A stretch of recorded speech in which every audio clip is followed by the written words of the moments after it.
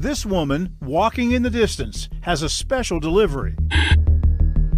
The hooded woman steps up to the gate, rings the intercom, and announces she has a DoorDash delivery.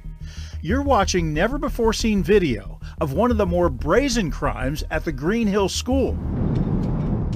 Green Hill is the state's overcrowded detention facility for young violent offenders, males ages 17 to 25. Once inside, the woman hands a food bag to security. Later, a hooded Green Hill employee appears at the security checkpoint, takes the bag, and walks away. 2 weeks later, it happens again. The same woman on foot says she has a DoorDash delivery. But this time, at a second locked entryway, an alert security officer in a control room just off camera is suspicious. She said she was DoorDash, and she showed me the food, she took it out. That's when she recognized the woman in a black hat and hood, as she told police in this recorded interview. I confronted her. I did say Angel, and she looked at me in shock and she said no, and just looked at me, made this weird front face, and again said no. This time, when security took the food bag, they opened it to find this: 2 burritos filled not only with meat and cheese, but a potent form of marijuana called wax. The drug-filled burritos were for a young offender, and it wasn't DoorDash making the delivery.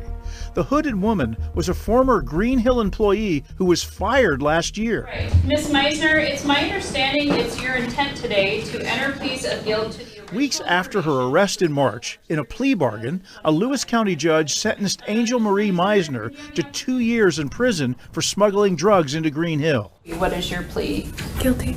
With its school, vocational programs, and intensive counseling, Green Hill is supposed to rehabilitate young offenders. They're just warehousing them over there. They're not really delivering the rehabilitative services that were the core of this program. John Braun, the top Republican in the state Senate, says the burrito case highlights the failures at Green Hill. It just stuns me that somehow we're allowing this to continue. Consider that this is Misner's second Green Hill-related conviction in a matter of months. She was among a spate of female employees, at least 6 that we know of, investigated and fired in the past year for improper relationships with Green Hill inmates. Records show some smuggled in contraband like cell phones, shared intimate photos, enabled fights and misconduct, and even videotaped their sex acts with inmates. We obtained these Green Hill surveillance photos of Misner kissing Robbrie Thompson, a 22-year-old serving 40 years for 2 murders. Chehalis police records show she kept him supplied with sex while she worked at Green Hill and drugged burritos after she was fired. Hello, this is a free call from an incarcerated individual at Washington Corrections Center. Can't wait to be able to hug you without being scared that I'm going to get caught. I love you. Recordings captured inmate Thompson's phone conversations with Misner after she was fired. I really do think that we can help each other to be better people. These calls reveal Thompson is having sex with another Green Hill staffer, who police identify as Emily Baker.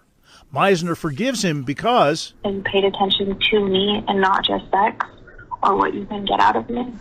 The fact that I'm actually valued as a human being. Count 1, tampering with a witness, and count 2, abuse of office. Do you understand the charges against you? Yes, ma'am. Emily Baker has pleaded not guilty to a long list of charges involving sex, contraband, and an alleged plot to plant drugs in vape and dab pens on a co-worker suspicious of her relationship with Thompson. Why is all this happening in there? That I really can't tell you. I'm not really sure. Chehalis Police Chief Randy Kaut can't explain it, but he knows it's keeping his detectives busy. The city in which Green Hill is located investigated a record 21 custodial misconduct cases involving employees last year. Detectives say Misner, Baker, and Michelle Goodman sealed their fate with sex tapes that are now in police hands. These are some of the suggestive or nude photos that at least 3 more employees sent to inmates. And police investigated other staffers like Nicholas Judson, accused of picking up burrito deliveries and handing them over to Robbrie Thompson. Judson has pleaded not guilty to smuggling contraband. You got to scratch your head and say, why does this keep happening? How do we allow this type of behavior to continue to happen in this facility?